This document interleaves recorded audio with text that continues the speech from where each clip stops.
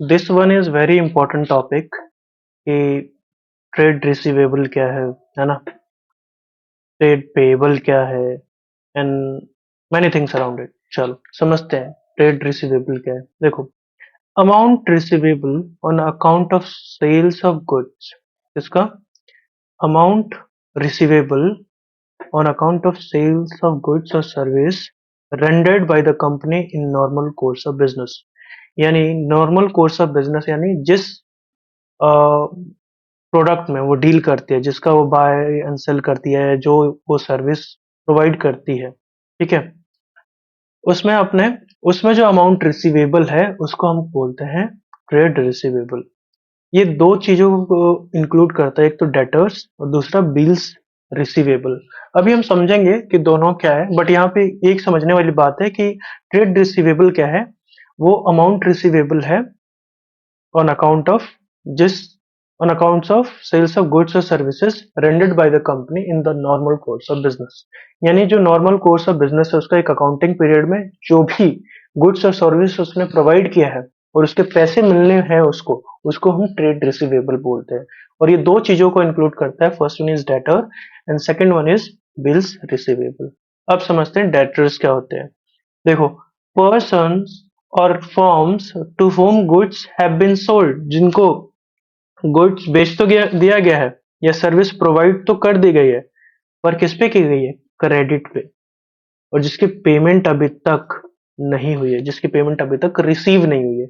यानी किसी भी पर्सन या फर्म को आपने सामान तो बेच दिया है, पर वो किस पे बेचा है? उधारी पे बेचा है और उसकी पेमेंट अभी तक आपको नहीं मिली है, उसको हम क्या बोलेंगे? डेटर्स।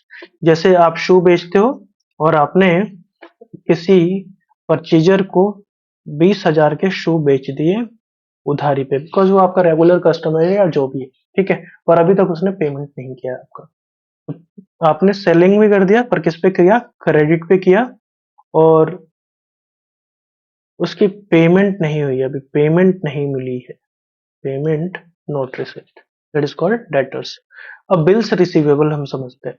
देखो, बिल्स रिसीवेबल तो समझाऊंगा ही मैं, इसके साथ एक और टर्म आता है, प्रोमिसरी नोट। वो भी मैं आपको बता देता हूँ और फिर बिल्स रिसीवेबल पे आते हैं।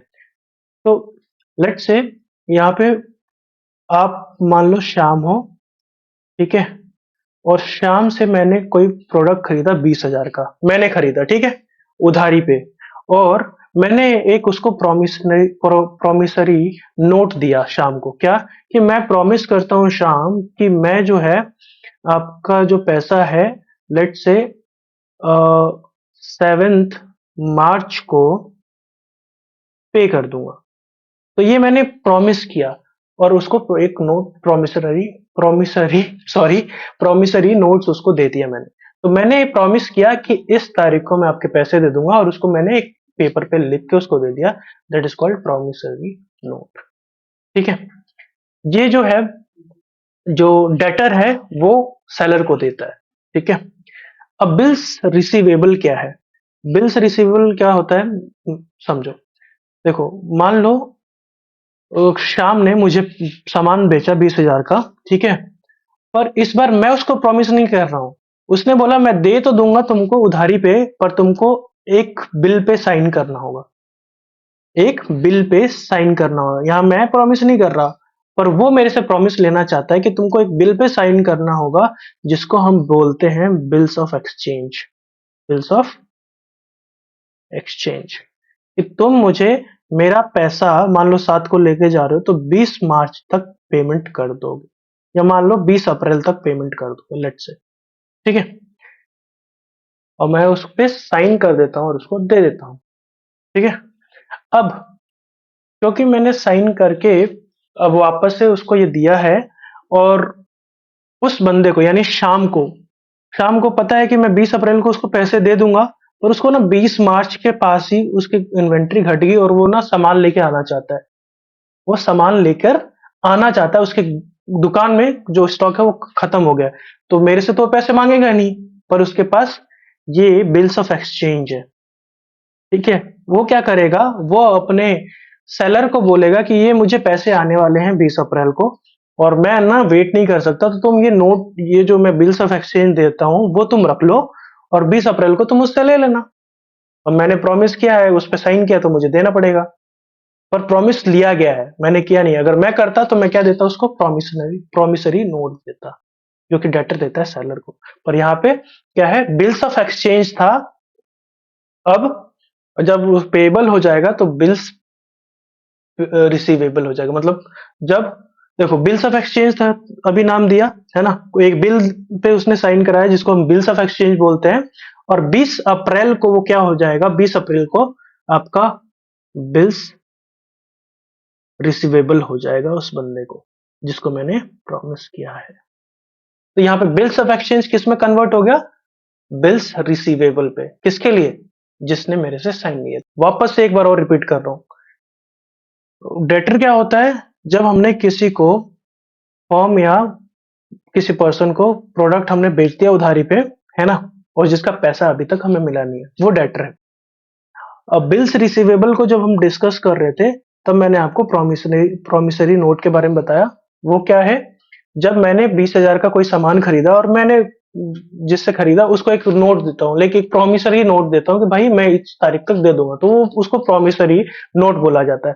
बट बिल्स रिसीवेबल कहाँ से आता है, वो आता है बिल्स ऑफ एक्सचेंज से। और यहाँ पे क्या होता है, यहाँ पे मैं प्रॉमिस नहीं कर रहा, बट जो दुकानदार है वो मेरे से प्रॉमिस ले रहा है, और वो एक बिल पे मेरे से साइन कराता है जिसका नाम है बिल्स ऑफ एक्सचेंज।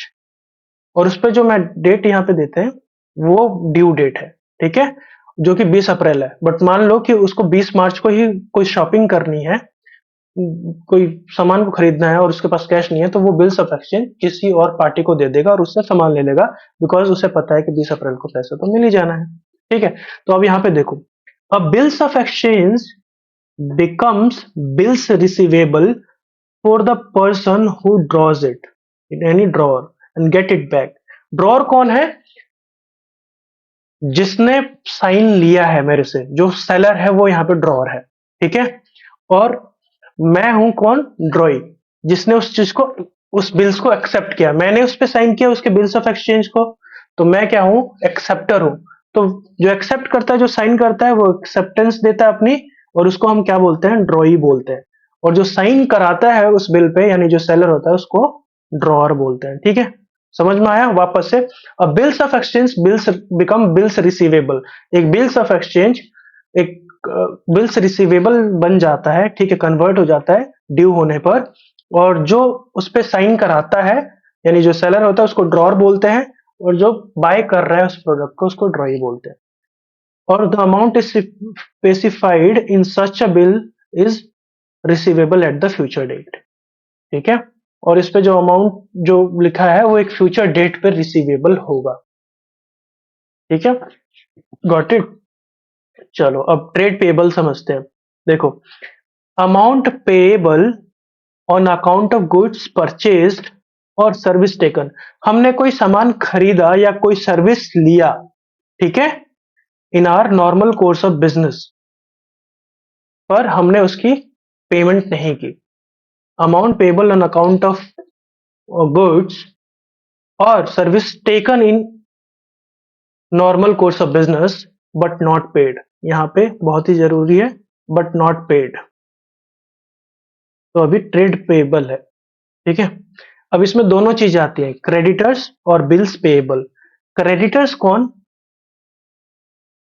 पर्सन या firm from whom goods have been purchase, जिससे गुड्स को हमने परचेज किया है या सर्विस ले लिया है, किस पे, क्रेडिट पे, और उसका पेमेंट अभी नहीं हुआ है, दैट इज कॉल्ड क्रेडिटर।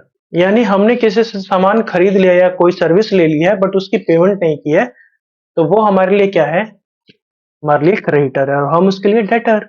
यानी हम किसी को सामान बेचे और उसने हमें पैसे नहीं दिया, तो हमारा डेटर बन गया। समझे, कंफ्यूज मत होना भाइयों, बहुत ही इंपॉर्टेंट टॉपिक है, कंफ्यूज मत होना। ट्रेड रिसीवेबल क्या होता है, कि अमाउंट रिसीवेबल है on account of sales of goods और सर्विस रेंडर्ड, ठीक है, पर अभी तक हमें मिला नहीं है। तो डेटर्स कौन होते हैं, डेटर पर्सन और firms to whom goods have been sold, जिसको पैसे हम, लाइक जिसको गुड्स हमने सेल कर दिया है बट उससे पैसे नहीं है, तो वो डेटर कहलाता है। यहाँ पे क्रेडिटर कौन है, हम लाइक क्रेडिटर कौन है? हमने जिससे सामान लिया है पर अभी तक हमने उसकी पेमेंट नहीं की है, वो हमारा क्रेडिटर है। अब बिल्स पेबल क्या होता है? जैसे कि हमने बात की ना बिल्स रिसीवेबल के बारे में, वैसे ही एक bills of exchange becomes bills payable for the person who accept it, ठीक है, जिसको हम ड्रॉई बोलते हैं। अब देखो पिछले में क्या था? हमने किसी से साइन लिया था, ठीक है, तो वो हमारे लिए क्या था? ट्रेड रिसीवेबल था, जहां पे हमने सामान बेच दिया है बट पैसे आने बाकी हैं, या हमने सामान खरीद लिया है बट पैसे जाने बाकी है, ठीक है। यानी हमने साइन किया है, हमने उस बिल को एक्सेप्ट किया है, तो बिल को जो एक्सेप्ट करता है उसको क्या बोलते हैं? हम ड्रॉई बोलते हैं। और जो बिल पे साइन कराता है वो तो ड्रॉर होता है, ठीक है। तो person who accepted is a ड्रॉई। अब देखो bills payable is an accounting term for bills of exchange accepted in the favour of creditor. Bills of exchange becomes bills payable and bills receivable when it's due, ठीक है। And इसका एक accounting term क्या होता है? Bills of exchange का bills payable. और ये किसके फेवर में होता है? क्रेडिटर के फेवर में होता है, हमेशा क्रेडिटर के फेवर में रहेगा, क्योंकि वो ही सामान दे रहा है ना उधारी पे। The amount specified it in it is payable in future. So I hope कि ये बहुत ही अच्छे से क्लियर हो गया हो कि ट्रेड रिसीवेबल क्या है और ट्रेड पेबल क्या है। अभी भी नहीं हुआ है तो दोबारा इस वीडियो को सुनो, ठीक है। और अगर अगर फिर भी कोई डाउट है तो कमेंट में डालो, I will take it again, ठीक है। चलो आगे बढ़ते हैं अब। गुड्स, गुड्स क्या होता है? It includes all those things which are purchased for resale. Goods में वो सारी चीज आती हैं जिसको हमने परचेज किया है रीसेल करने के लिए, और for producing the finished good, या हमने रीसेल करने के लिए किया हो या फिनिश गुड को बनाने के लिए जिसको हम बाद में भी सेल करें। जैसे एक फर्नीचर डीलर एग्जांपल देखते हैं। Purchase of chairs and table is term as good, क्योंकि वो फर्नीचर डीलर है ना, वो किसी और से खरीद रहा है, ठीक है, फर्नीचर्स को, और वापस से उसको सेल कर रहा है। तो उसके लिए जितनी भी फर्नीचर वो खरीदेगा उसके लिए क्या है? वो गुड्स है। अब लेट से कोई कंपनी है जो शू ही मेरे दिमाग में आज, इसलिए मैं इसको बार बार एग्जांपल ले रहा हूँ, ठीक है। शू को आप शू में डीलिंग करते हो पर आप क्या फर्नीचर खरीदते हो, तो फर्नीचर आपके लिए गुड्स नहीं है, लेट मी टेल यू। क्योंकि शू को आप खरीदते हो और बेचते हो, यहाँ पे फर्नीचर आप खुद के यूज के लिए या अपने बिजनेस के यूज के लिए खरीद रहे हो, बिजनेस के यूज के लिए खरीद रहे हो तो वो आपका गुड्स नहीं है, ठीक है। चलो कॉस्ट समझते हैं। कॉस्ट क्या है? It denotes the amount of money that a company spend on a creation और प्रोडक्शन ऑफ गुड्स और सर्विसेज। किसी गुड्स या सर्विस को खरीदने के लिए या उसको बनाने के लिए जो आपने खर्चा किया है उसको हम कॉस्ट बोलते हैं। क्या? किसी भी प्रोडक्ट को बनाने के लिए या उसको खरीदा है बेचने के लिए, बनाकर बेचने के लिए या खरीदा है बेचने के लिए, उस पे जो लागत आपकी लगी है उसको कॉस्ट बोलते हैं, ठीक है। बहुत ध्यान देने वाली चीज है कि ये कभी भी इंक्लूड नहीं करता है मार्कअप प्राइस को। अब मार्कअप प्राइस क्या होता है? देखो, आपने कोई प्रोडक्ट 20 रुपए की खरीदी और आपने उसको 30 रुपए की बेच दी, तो ये आपका क्या हो गया? कॉस्ट प्राइस हो गया, ये सेलिंग प्राइस है। तो इस पे मार्कअप कितने का रखा है आपने? 10 रुपए का रखा है, जो आपका प्रॉफिट है, ये मार्कअप मार्कअप है, ठीक है। मार्कअप इसको बोलते हैं, जो आपका प्रॉफिट है। इस पे मार्कअप इंक्लूड नहीं होता। कॉस्ट कॉस्ट में आपका मार्कअप नहीं है, बट सेलिंग प्राइस में आपका मार्कअप है इसमें, यानी cost price plus markup is equal to selling price. समझ में आया? ठीक है। एग्जांपल देखते हैं। Machinery will include purchase price, freight and installation expense. ये बहुत ही इंपॉर्टेंट चीज है, ये ध्यान देना कि कभी भी आप मशीन को खरीदते हो, लेट से आप किसी पीसी को खरीद रहे हो, ठीक है, पीसी को खरीद रहे हो, कितने में खरीदा? लेट से 2 लाख की अपने पीसी को ही बनवाई, और जहां से आपने खरीदा वहां से लाने में आपको रिक्शे वाले को आपने दिया 200 रुपये या लेट से 500 रुपये, ठीक है। तो अब जो आपका पीसी का जो फाइनल प्राइस है ना, वो 2 लाख नहीं है, वो 2,05,000 रुपये है। तो ये 500 रुपये खर्च किया वो कहाँ जाएंगे? वो भी उसमें ऐड होके आएंगे, ठीक है। तो जितना खर्च लगा उसको लाने में भी वो भी आपका होगा, यानी कॉस्ट ऑफ इंस्टॉलेशन भी उसको वो उसमें ऐड हो जाएगा, ठीक है। अब मान लो कि आपने ये तो लिया और आपको इंस्टॉल करने नहीं आता, आपके साथ कोई बंदा आया जिसने इंस्टॉल करने का 5,000 रुपया लिया, तो क्या ये सेलिंग पर ये इसका प्राइस होगा, कॉस्ट? नहीं, ये कॉस्ट नहीं होगा। फिर आपका कॉस्ट क्या हो जाएगा, 2,05,500, ये आपका हो जाएगा कॉस्ट। चलो, अब देखो ये बहुत ही इंपॉर्टेंट पॉइंट है, कॉस्ट कैन बी एक्चुअल और नोशनल। ये क्या बात हुई, ये बताओ आप क्या बोल रहे हो। देखो, आपने एक मशीनरी को, जो कि पीसी आपने खरीदा, उस पे आपने 2 लाख रुपए खर्चा, ये एक्चुअल आपका कॉस्ट है, ठीक है ना।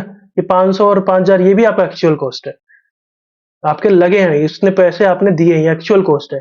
अब नॉशनल क्या है वो समझ लेते हैं हम। देखो, नॉशनल एक्सपेंडिचर क्या होता है, ये कंसेप्चुअल है, कंसेप्चुअल कॉस्ट है, जिसको हम समझते हैं हम उस पर लगा देते हैं, ये होता नहीं है। जैसे मान लो मैं एक ने एक गोडाउन लिया है, जिसमें गोडाउन पे मैं सारे सामान को रखता हूँ, ठीक है। यहाँ पे सामान को मैं रखता हूँ, और इस गोडाउन का मैं खर्चा कितना देता हूँ, लेट से 50,000 रुपये, ठीक है। तो अब ये 50,000 रुपये अपने जेब से थोड़ी दूंगा मैं। मान लो अब मैंने 5,000 यूनिट कोई सामान रखा अपने गोडाउन में, तो ये 50,000 रुपये का कॉस्ट भी मैं इस पे डाल दूंगा। 50,000 रुपये यानी एक कॉस्ट, एक यूनिट पे 10 रुपये मैं एक्स्ट्रा चार्ज करूंगा, ठीक है। 5,000, यहाँ पे 10 रुपये एक्स्ट्रा चार्ज करूंगा, ताकि ये मेरा जो एक्स्ट्रा खर्चा है वो भी निकल जाए। यानी यहाँ पे जो खर्चा है वो एक्चुअल नहीं है, बट कॉन्सेप्चुअल है। तो जहाँ पे कॉन्सेप्चुअल खर्चा हो जाएगा, वो एक्सपेंडिचर क्या होगा, हमारा नोशनल एक्सपेंडिचर कहलाएगा। जैसे रेंट ऑफ ऑन फैक्ट्री, जब आप आपकी कोई फैक्ट्री है, उसका आप रेंट दे रहे हो, ठीक है। तो वो जो है ना, उस पे खर्चा जो कर रहे हो आप, वो एक्चुअल खर्चा प्रोडक्ट पे नहीं है, बट आप ये मान के चलते हो, ये जो प्रोडक्ट पे ही आप खर्चा कर रहे हो, उसको आप निकाल रहे हो, तो ये आपका नॉशनल खर्चा है। जो जैसे interest on on on capital, आपके आपने किसी को दिया हुआ है, ठीक है, पैसे दिए हुए हैं, और वहां से आपको इंटरेस्ट आ रहा है, या फिर लेट्स से आपने अपने बिजनेस में पैसे लगाए हैं, जिस पे आपको इंटरेस्ट मिल रहा है, तो वो क्या है, वो आपका, वहां पे आप एक्चुअल कहीं से पैसे नहीं कमा रहे हो, मतलब किसी थर्ड पर्सन को आप पैसे देके वहां से नहीं कमा रहे हो, बट आपके बिजनेस में ही लगा हुआ है, और बिजनेस और आप एक अलग अलग पर्सन हो, इसलिए आपको वहां से कैपिटल मिल रहा है। तो अगर आप देखा जाए तो नोशनल एक्सपेंडिचर क्या है, वो एक्सपेंसेस है जो बिजनेस जिस प्रोडक्ट में वो डील कर रही है उस पर डायरेक्ट एक्सपेंस नहीं है, बट इनडायरेक्ट एक्सपेंसेस उस पर लग रहे हैं, या इनडायरेक्ट भी बोलो, जो आपके कंपनी के खर्चे उस पर जुड़ रहे हैं, उसके अलावा। और इट, और जो कैपिटल पे इंटरेस्ट जो कंपनी देती है, लाइक अपने ओनर को, जो बिजनेस स्टार्ट करते हैं, वो भी उसके लिए एक्सपेंस ही है। तो वो क्या है, वो नोशनल एक्सपेंडिचर है, वो एक्चुअल नहीं है। Got it. ये बहुत ही इंपॉर्टेंट था, इसलिए मैंने इस पे इतना टाइम दिया। चलो, अब वाउचर को हम समझते हैं, वाउचर क्या है, ठीक है। देखो, वाउचर क्या है, एक प्रूफ है या एविडेंस है किसी भी ट्रांजेक्शन का, सबसे इजी लैंग्वेज में यही समझो कि वाउचर क्या है, एक ये प्रूफ है या एविडेंस है किसी भी ट्रांजेक्शन का। अब any written documentation supporting to the entries, हम कोई भी चीज, कोई भी ट्रांजेक्शन होता है बिजनेस में, हम उसको कहाँ बुक करते हैं, जनरल बुक में बुक करते हैं, लाइक रिकॉर्ड करते हैं। तो उसमें कैसे हम रिकॉर्ड करते हैं, एंट्री पास करके, ठीक है। तो जब हमने एंट्री पास करी, तो किस बेस पे हमने इस एंट्री को पास किया, इसका एविडेंस क्या है, ठीक है। सपोर्टिंग डॉक्यूमेंट क्या है, अब जैसे आपने मान लो अपने बिजनेस के लिए कंप्यूटर खरीदे, लेट्स से, ठीक है। तो कंप्यूटर खरीदे तो उसने आपको बिल्स ऑफ परचेज दिया होगा ना भाई, या इनवॉइस कोई दी होगी ना, रिसिप्ट कोई दिया होगा ना। तो इसके साथ जो भी आपका डॉक्यूमेंट आता है, उसको हम क्या बोलते हैं, वाउचर बोलते हैं, ठीक है। फॉर एग्जाम्पल, कोई बिल हो, कोई इनवॉइस है, कोई रिसिप्ट है, सैलरी एंड वेजेस का कोई शीट है, पे इन स्लिप है, ठीक है, चेक बुक है, और कोई ट्रस्ट डेड है, ये आपका क्या है, सपोर्टिंग डॉक्यूमेंट है, ठीक है। और and vouchers are prepared by accountant, कौन बनाता है, ये अकाउंटेंट बनाता है। And each voucher is numbers, सभी वाउचर पे आपको नंबर मिलेंगे, कि कोई भी जाना, कभी भी कोई भी बिल मिलेगा तो उस पे देखना बिल नंबर होगा, उस पे बिल नंबर होगा। ठीक है। और इसको साइन किया जाता है किसी ऑथराइज्ड पर्सन का जो उस बिजनेस में रहता है, जिसको अथॉरिटी होती है इसकी। Got it. डिस्काउंट। डिस्काउंट क्या होता है? देखो, आपने तो सुना ही होगा, भाई इंडिया से हम लोग, डिस्काउंट नहीं मिले तो काम कैसे चलेगा। तो इट इज अ रिबेट और any allowance given by the seller to the buyer. कोई रिबेट या कोई अलाउंस जो कि सेलर द्वारा दी जाती है किसको? बायर को। अब अलाउंस क्या होता है कि 100 रुपए की कोई चीज थी, उस पर 5 रुपए की छूट है, 95 रुपीज आपको पे करना है। तो आपको अलाउंस कितनी, छूट कितने की मिली आपको उस पे? अलाउंस आपको मिल गई ₹5 के। ठीक है। रिबेट क्या है कि a partial refund to the cost of the item, partial refund होना। अब यहाँ पे क्या है ना, वो आपसे 95 रुपए नहीं ले रहा है, वो आपसे 100 रुपए ही ले रहा है। अलाउंस के मामले में वो आपसे 5 रुपए कम ले रहा है, 100 रुपए की जगह वो 95 रुपीज ले रहा है। बट जब रिबेट होता है ना, तो वो 100 रुपए लेगा और उसमें से आपको फिर रिटर्न करेगा 5 रुपए। तो जहां पे रिटर्न कर रहा है ना कुछ पार्शियल अमाउंट, तो आपका रिबेट कहलाता है। और जहां पे कोई छूट मिलती है तो अलाउंस बोलते हैं। आप समझते हैं जो ये डिस्काउंट है, दो टाइप की होती है, trade discount and cash discount. दोनों में अंतर क्या है? देखो, when discount is allowed by a seller to its customer at a fixed percentage on the list और catalogue price of the goods. अब देखो, कहीं भी आप जाते हो ना, और मेडिसिन, मेडिकल शॉप पे जाना, अब जब मेडिसिन लेते हो तो आप पूछते हो ना, भैया कितना परसेंट डिस्काउंट मिल रहा है इस पे? तो वो बोलता है कि इस मेडिसिन पे भाई 10% दे दूंगा मैं। तो क्या बोल रहा है कि जो भी आप परचेस करोगे उसके फिक्स प्राइस पे कुछ फिक्स 5% या 10% आपको दे दूंगा, उसके प्राइस पे 5 या 10% की आपको छूट दे दूंगा। तो इसको क्या बोलते हैं? Trade discount. ठीक है। When a discount is allowed by a seller to customer at a fixed percentage, या जो भी उसका प्राइस है उसके पे कुछ फिक्स परसेंटेज का आपको डिस्काउंट मिलना, दैट इज ट्रेड डिस्काउंट। और इसको, ये सबसे ज्यादा इंपॉर्टेंट है, इस ट्रेड डिस्काउंट को हम बुक्स ऑफ अकाउंट में रिकॉर्ड ही नहीं करते हैं। इसको हम रिकॉर्ड ही नहीं करते हैं बुक्स ऑफ अकाउंट में। जो ट्रेड डिस्काउंट है उसको बुक्स ऑफ अकाउंट में जब जनरल एंट्री पास करते हैं तो हम रिकॉर्ड ही नहीं करते, because it is deducted in the invoice और कैश मेमो। जो इनवॉइस होती है या कैश मेमो होती है, उसी में उसको दिखाया होता है कि हमने इतने परसेंट का इस पे छूट दिया हुआ है। Got it? समझ में आया? ट्रेड डिस्काउंट किस पे होता है? जो भी आप वैल्यू का प्रोडक्ट ले रहे हो उस पर कोई फिक्स परसेंटेज का डिस्काउंट होना। अब कैश डिस्काउंट समझते हैं कि दोनों में कैश डिस्काउंट कैसे ट्रेड डिस्काउंट से अलग है। देखो, when discount is allowed for making prompt payment, example, कुछ प्रॉम्प्ट पेमेंट करने पे जो आपको डिस्काउंट मिलता है उसको हम कैश डिस्काउंट बोलते हैं। जैसे seller allows 2% discount for payment in a week.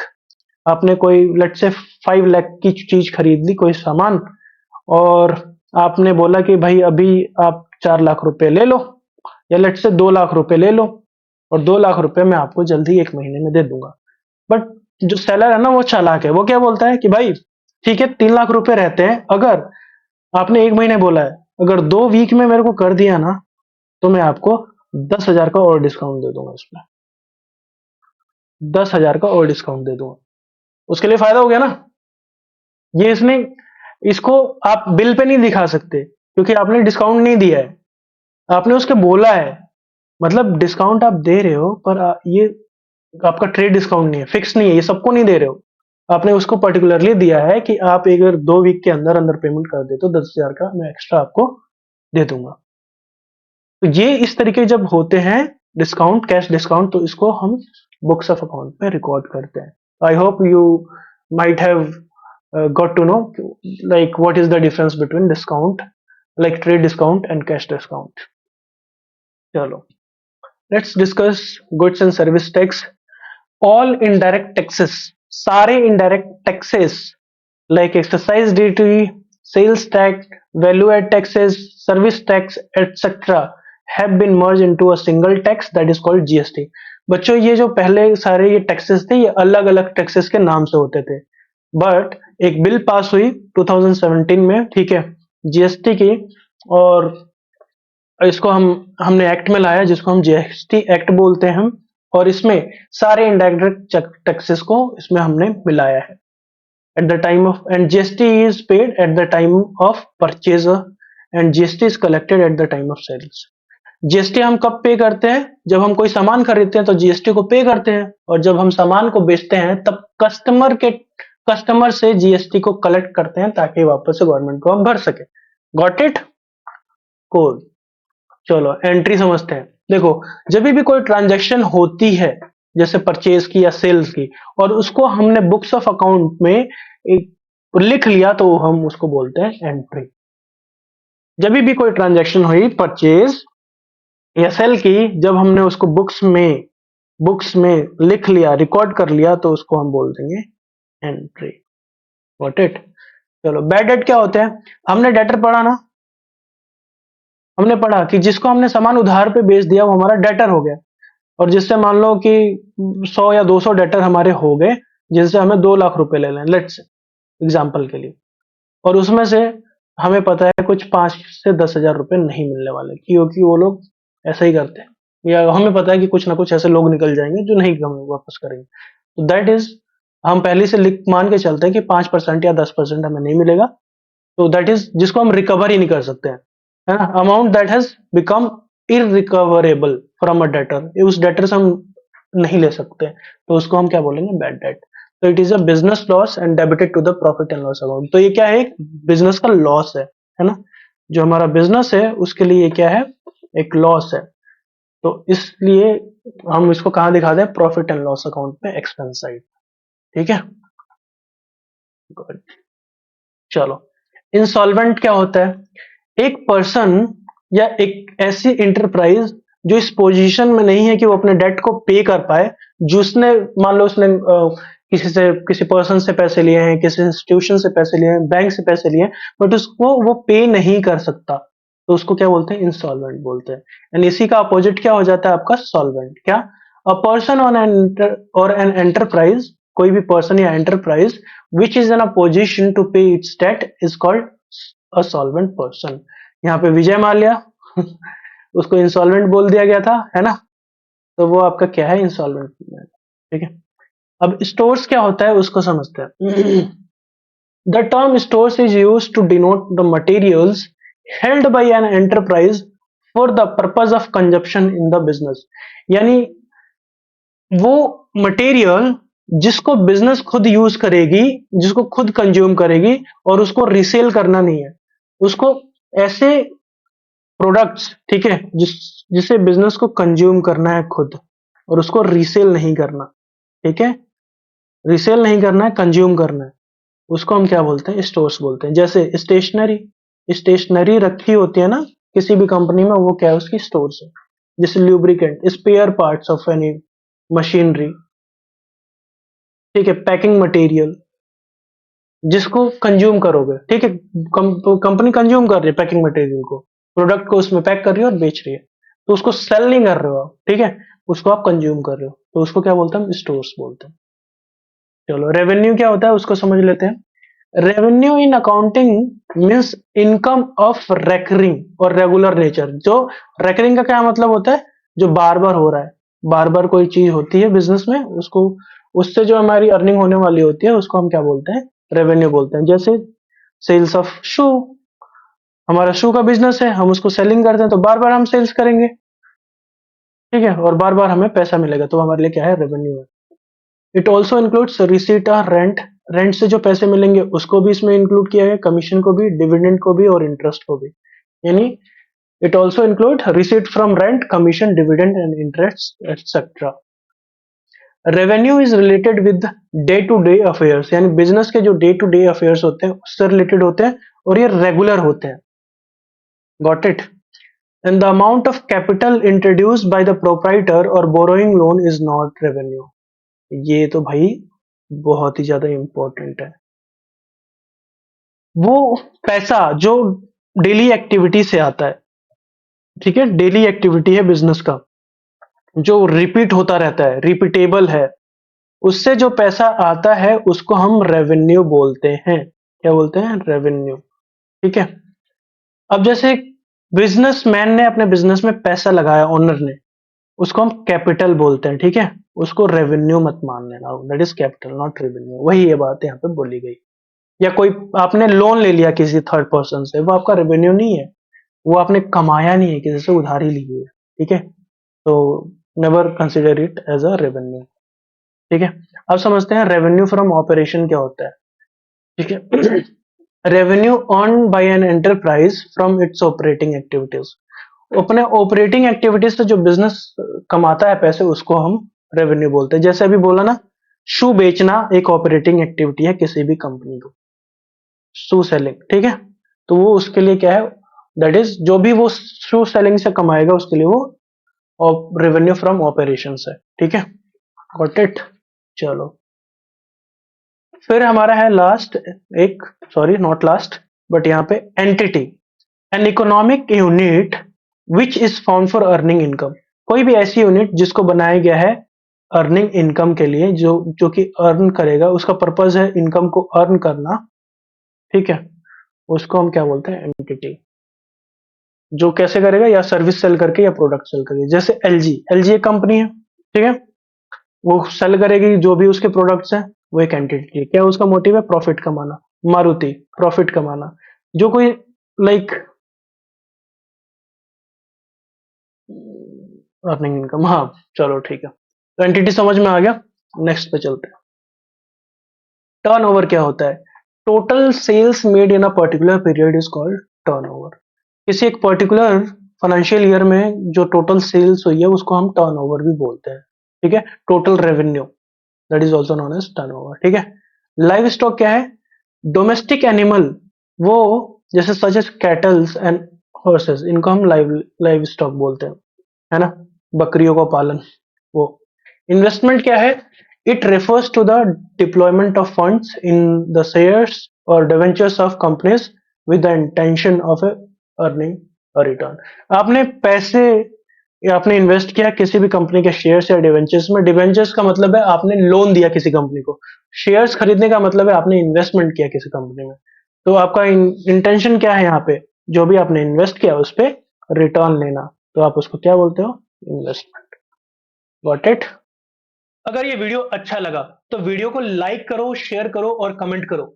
Like करने से YouTube को पता लगेगा कि ये वीडियो हेल्पफुल है, एंड इससे दूसरे लोगों को भी सीखने को मिलेगा। एंड कृपया करके इस चैनल के अदर वीडियोस को भी एक्सप्लोर करो।